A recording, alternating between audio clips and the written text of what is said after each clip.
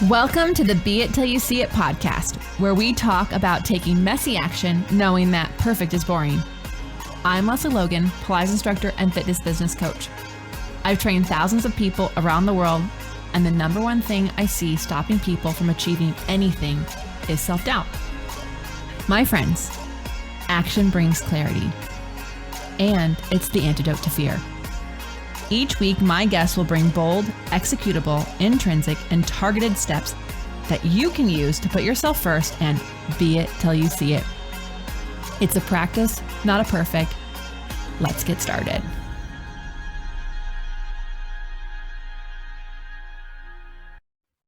Welcome back to the Be It Till You See It interview recap, where my co-host in life, Brad, and I are going to dig into the reframing convo I had with Beate Chalette in our last episode. If you haven't yet listened to that interview, feel free to pause this now, go back and listen to that one, and then come back and join us. And by the way, patting myself on the back, I didn't make a single mistake reading the script.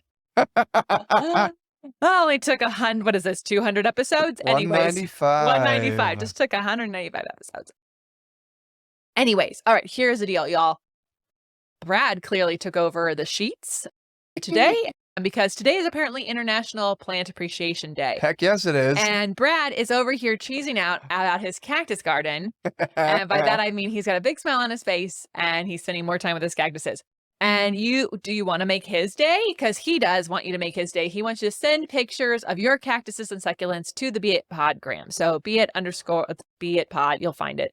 And send your cactus and succulent pictures, or send someone else's. If you're taking a walk and you see an amazing succulent, send it, because that's what Cactus Daddy is asking for. Wow, Brad. Okay. We let you produce an episode and this is what happens. Trouble. All right.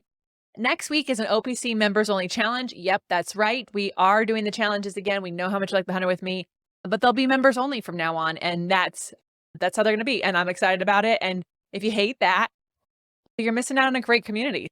Yeah. Come on over and join us. Totally. And next month is actual Pilates Day, is May 6th. What that means, it's International Pilates Day. So just do Pilates on that day. You don't have to make a big deal about it, but we are going to make a big deal about it. And stay tuned. We'll be telling you if you are getting the emails for the pod or for OPC or for Prof Pilates, you will hear about it. I promise. And if you're following us on the gram, you will hear about it. So stay tuned. Yeah, but I'm really excited. We caller. wanted to go through some of our upcoming trips because we're bopping all around the world. Yeah.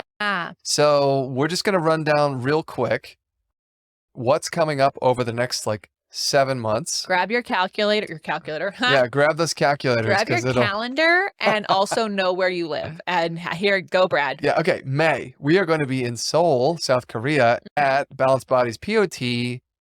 And we're going to be at a booth there talking about our flashcards. Well, I'm presenting 2 workshops. One of them is with Erica Quest and one of them flying solo. And yes, we're bringing the flashcards. So this is the first time the flashcards are going to be available in Asia.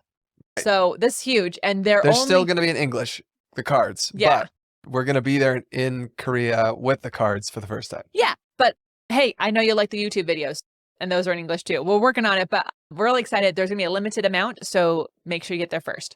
Love it. Next, July, we are going to be in the UK.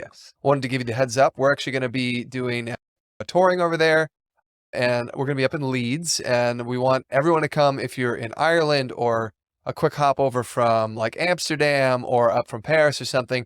We're going to be doing a weekend workshop at Claire Sparrow's location, and you can get on the wait list at opc.me/UK, opc.me/UK. And also you want to get on that wait list ASAP, because we're only going to allow those on the wait list and agency members to get the early bird rate. And we're going to announce that in a week. So yeah, do that today. Do not pass go. Don't go, oh, I was supposed to do that. Do it now. It's a great way to practice taking action. Then we've got August. We're going to be doing a West Coast tour in the United States. All that stuff is still TBD. So just get on the wait list there for opc.me/tour, opc.me/tour. West Coast in the States. Yeah, West Coast in the United States in the month of August. In September, we are going to be in Poland. So we're just bopping around. Yeah. Here. So it's our first time back in Europe since 2019, 2018, I think, for those places. And also, if you're listening to this in real time, we're telling you to stay tuned for the link to sign up. But actually, the link should have been announced 2 weeks ago in a newsletter to you. So please another reason to open your email because there's something fun inside. Yeah. And we will be bringing flashcards to Poland. Yeah, we'll be bringing flashcards, and we are going to be hosted. Someone else is hosting the event, so Leslie's going to be teaching. Yeah, Joel nice. Crosby and Karen Frischman are both, I'm teaching with them, and then Jay is going to join us virtually. So it's some pretty badass teachers. Yeah, it's going to be an awesome event. Just saying. October, we're going back to our favorite place in the world, Cambodia. And if you've ever wanted to do a retreat, a Pilates retreat, or you just need a damn vacation, come join us. It's the most incredible experience. I guarantee you will talk about it for the rest of your life. And you will have so much fun, even just like getting ready to like be excited about it. Like signing up now would be great. But we had someone sign up because she's like, I need to do something for myself. Yeah, and that just literally just yesterday. Absolutely. And just so you know, y'all, it is once you land at the airport, we've got you. We have a truck driver picking you up. So you do not have to be an experienced traveler. You just have to actually get to the Siem Reap airport, and we've got you covered. Yeah, it's going to be great. Go to leslielogan.co/retreat. All of these are in the show notes, everyone. If you are like, I can't type that fast, they're all in the show notes. You can just actually click them. And then finally, in November, Lesley is going to be teaming up with Erica Quest again, but in Miami. Yeah, so a lot of stuff about Miami hasn't been released at this exact moment, but there is something that Eric and I are doing in Miami, and then there's an actual Miami POT. Oh yeah, and then I'll be there for the POT in Miami. And you'll be there for the POT in Miami. They're separate events, but they're back to back. Yeah, they're back to back. So basically, like all the more reason to like get our emails because then you won't miss anything. Yeah, totally. There's just some things we can announce and some things we can't. Yep. All I can say is Miami POT is in November, and Eric and I will be in the vicinity, if not there. So if you ever wanted to hang out, we would love to meet you at any of these things or all of these things. Travel with us around the world. It'll be so fun. Please do. So fun. You won't be the first person. So, may as well. I love it. Okay. Did we have a question this week? We did. Okay. So this came actually because I thought this was funny, and I thought it'd be fun for us to talk about because I posted us traveling back from Mexico, and I posted a picture. Yeah. And I did look glamorous. I'm not going to lie.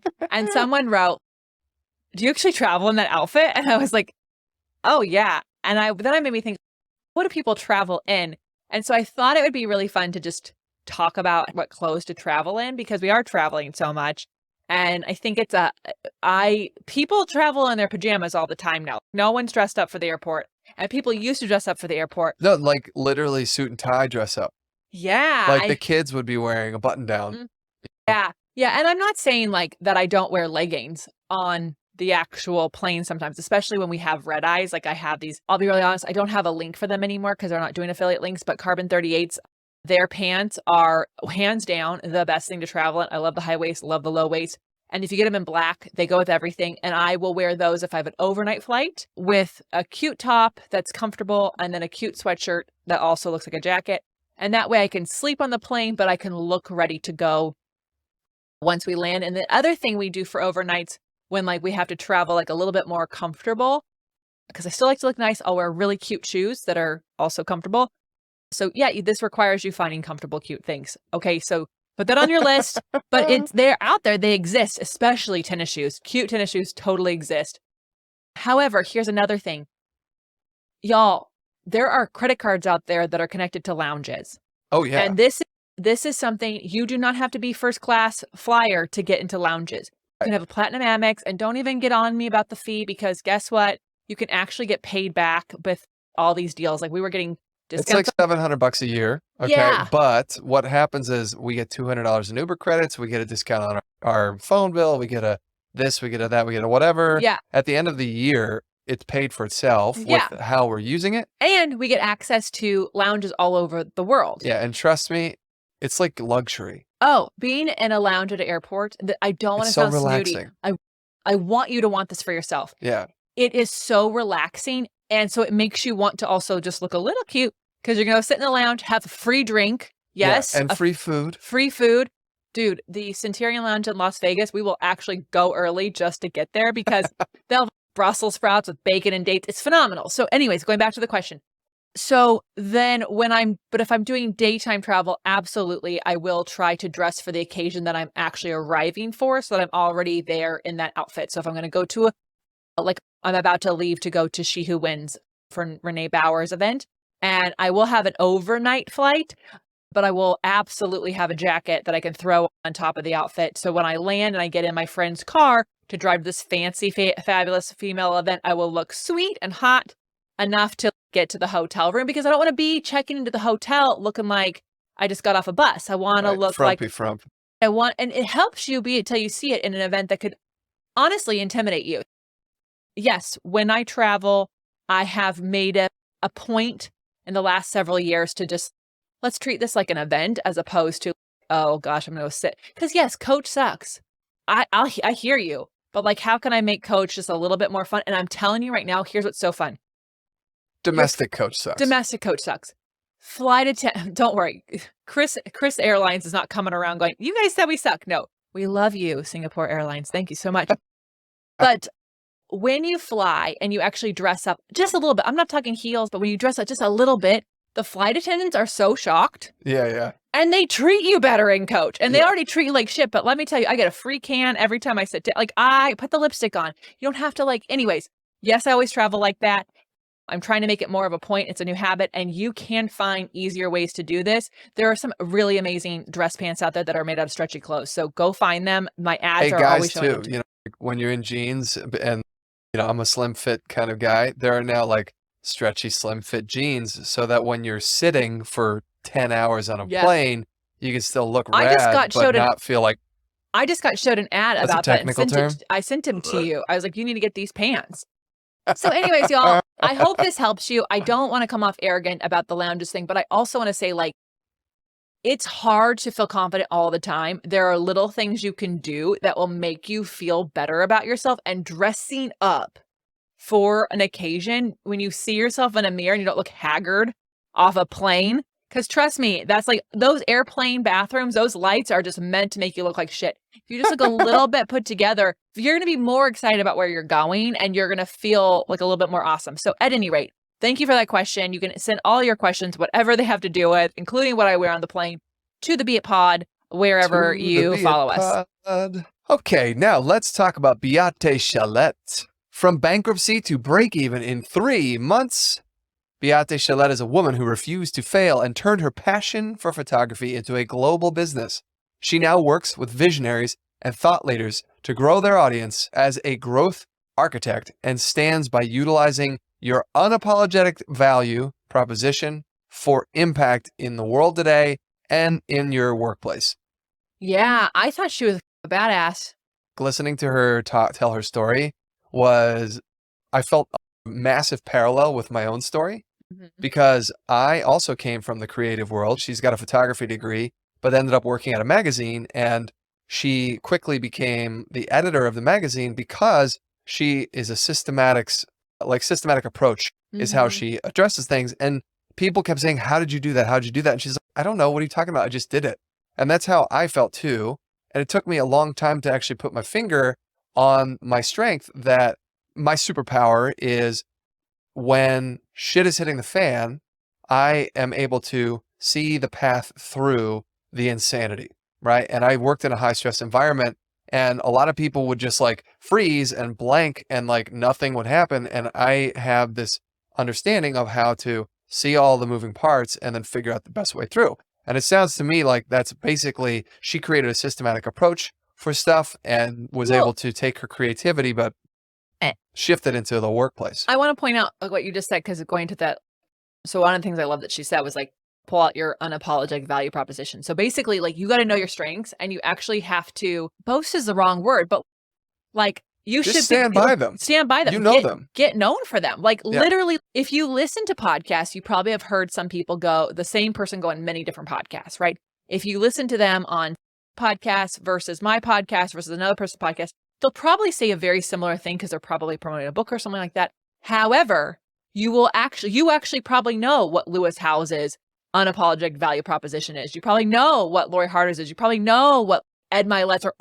Everyone knows what Oprah's are. So the reality is, because why? They repeat it. They actually say it. Yeah. And so what she is saying is, it's really easy to, actually, before I go into what she's saying, you just said, she was asked, how did you do that? Oh my gosh, how did you get that done? And you said that, how did you get that done? If you don't know what your value proposition is to be unapologetic, it is absolutely what people keep thinking you do so easily. Yes. That's literally what it is. It's how Profilize got started. If you've been listening to the pod a long time, you already know this. So I'm not going to beat a dead dog, a profitable horse. But somebody asked me, how did you do that? And other people are like, it's so easy for you. And I'm like, what are we talking about? So that's how I learned what I could do so differently. That was my value proposition to that team. So you need to figure out what yours is and then be unapologetic. And if somebody criticizes you for doing it, you actually have to stand up for yourself. And if people are going, oh, must be nice for you because blah, blah, blah, you can go back to Melissa Dolman's podcast episode and just go, oh, why don't you think you can do that for yourself? That's a really good point. I think that the other thing where I really connected with her was like, she asked herself, like, I don't know, how come I can do that thing? And understood, oh, innately, this is my strength. But what revealed that for me was when I took StrengthsFinders 2.0 test, I saw my top 5 and I was like, oh, I do those things. And I didn't even know I was doing those things. And suddenly it was so clarified for me. It changed literally my life. So I love that. I think that is great. And I love how she calls it her unapologetic value prop.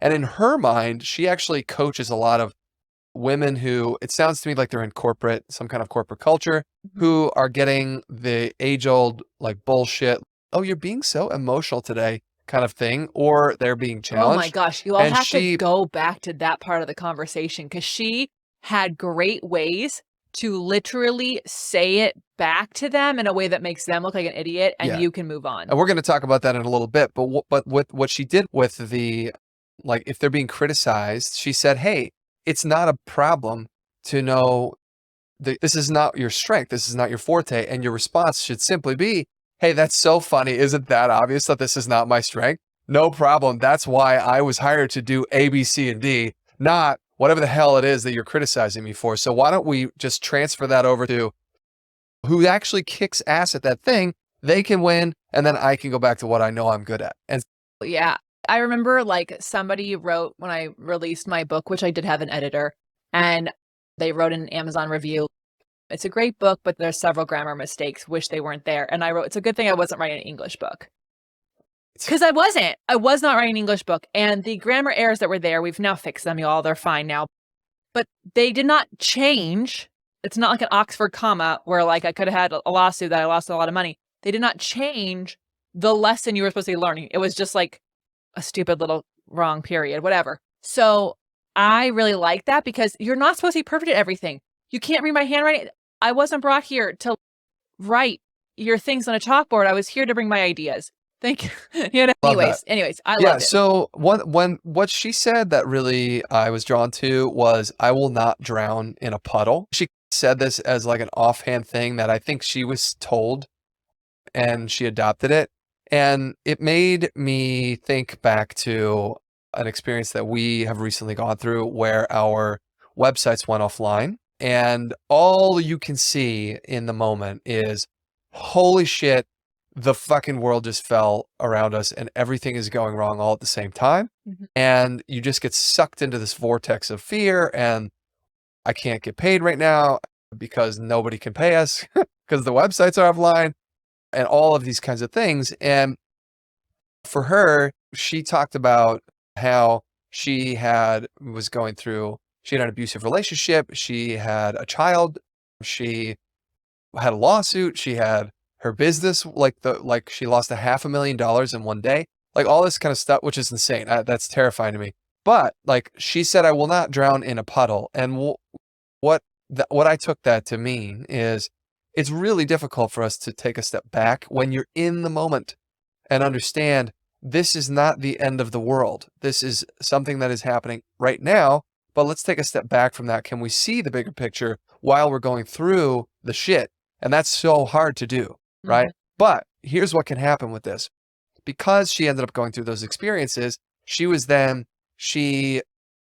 introduced to the SBA, which is the Small Business Administration. She actually took her business plan sat down with them, and guess what they did? They helped her rewrite her business plan. I didn't even know they did that. That is the craziest thing. So they said, that business person is amazing. We've had somebody go to the SBA going, this will never work. And I'm like, person just dream killer. But she had an opportunity where she went in and they actually helped her rewrite the business plan. And then after they did that, they helped her find a loan, right? For us, when our websites went offline, what it forced us to do was go back and actually look at the foundation of the code of the websites and rethink how we were doing things, because the reality is, even though we were being very intentional about how we were building things, it wasn't something that could scale to handle 10 million people coming to the website. Now, we got attacked by a bot. I wish that we had 10 million visitors to the site. But the reality is, if we had 10 million people coming to the site, it wouldn't have worked then.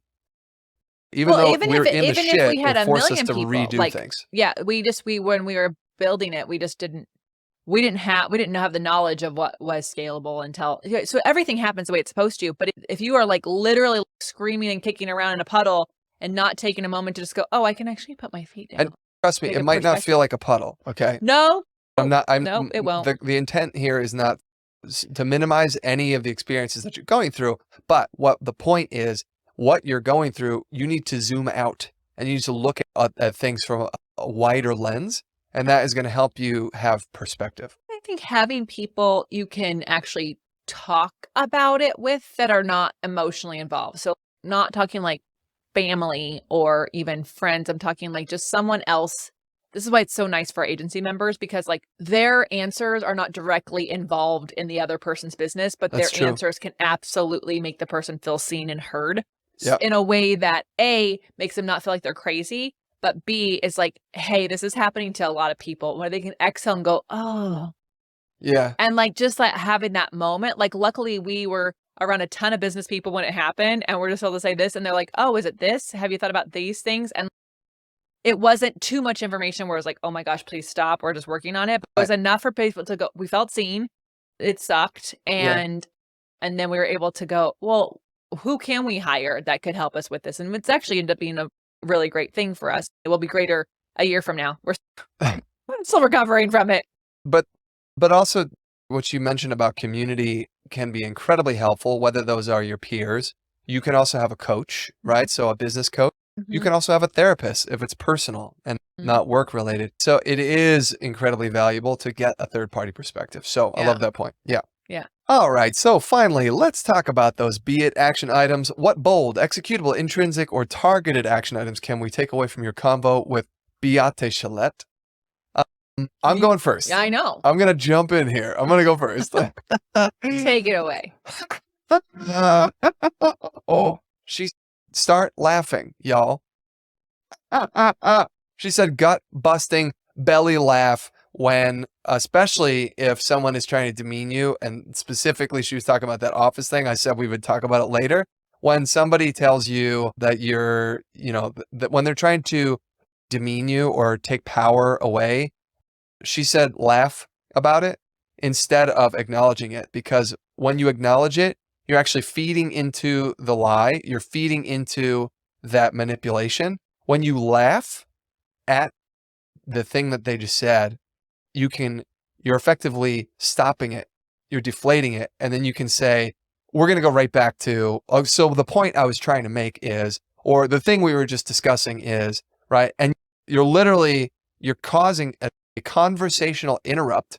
You're actually shocking the rest of the room. You're shocking everybody else. Whoa, what is happening? You're actually allowing them to move on past that demeaning thing that person And also, you're showing the room how much of an idiot that person is. Yeah. Because the whole room, you shocked the room, and then they saw you like take your power back and move on. It lets them. Oh my gosh, that's so 1994. All right. So what we were talking about is like you could do things like that. Yeah. And it really does make everyone else in the room come back to you, which is the whole point. They're not like stuck on the, oh my God, I can't believe that dude said that thing or whatever. Yeah. Yeah. I actually thought it was brilliant. I really, truly wish I'd known her when I was doing corporate fitness, because there are definitely a few men in that room. I wish I could have just laughed out loud instead of just being like. Not only the men though, definitely she was discussing the men, but your boss was challenging. I'll be clear, because I have a couple of my old bosses who might listen to this podcast. Hi, ladies, I love you.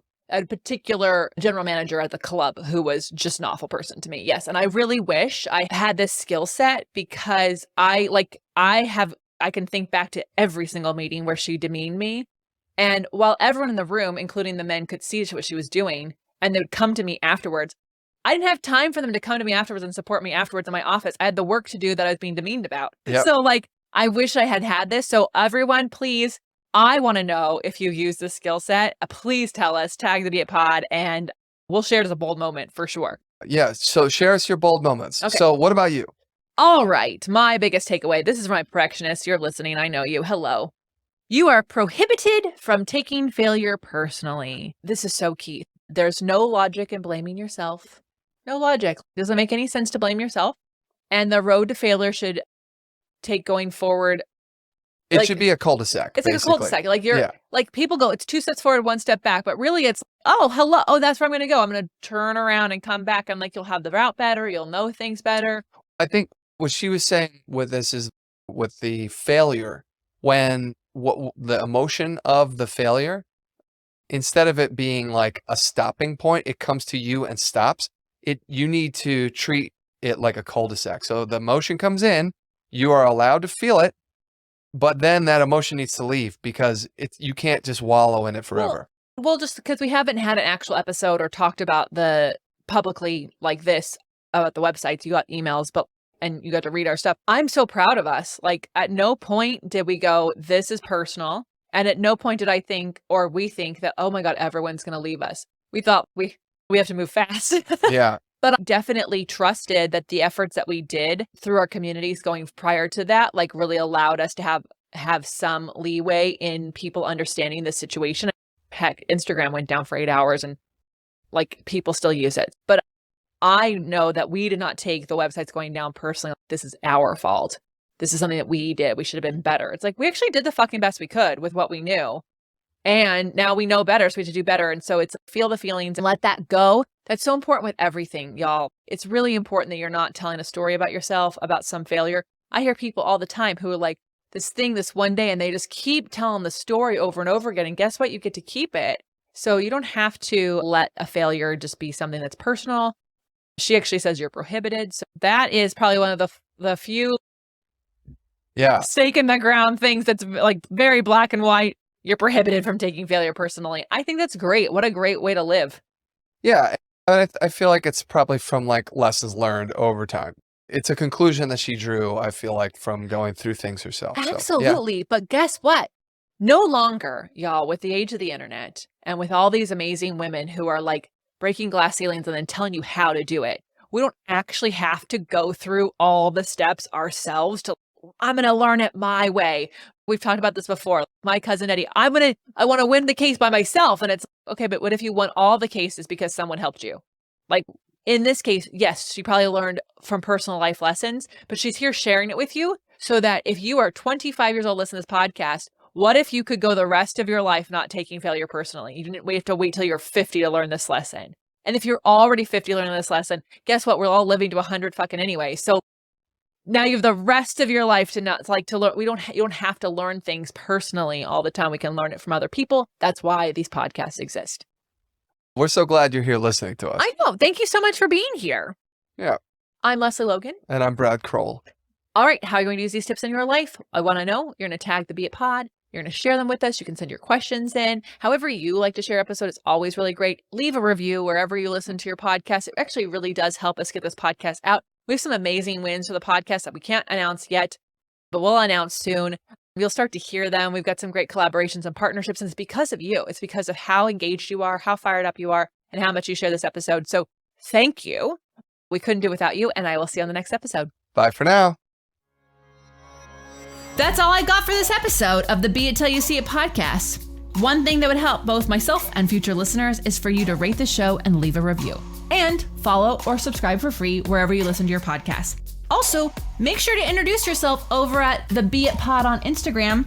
I would love to know more about you. Share this episode with whoever you think needs to hear it. Help us and others be it till you see it. Have an awesome day. Be It Till You See It is a production of As the Crows Fly Media.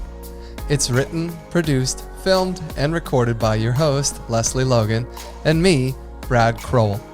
Our associate producer is Amanda Fraterelli. Kevin Perez at Disenyo handles all of our audio editing. Our theme music is by Ali at Apex Production Music, and our branding by designer and artist Gianfranco Cioffi. Special thanks to our designer Jaira Mandal for creating all of our visuals, which you can't see because this is a podcast, and our digital producer Jay Perdoso for editing all the video each week so you can. And to Angelina Herrico for transcribing each of our episodes so you can find them on our website. And finally, to Meredith Crowell for keeping us all on point and on time.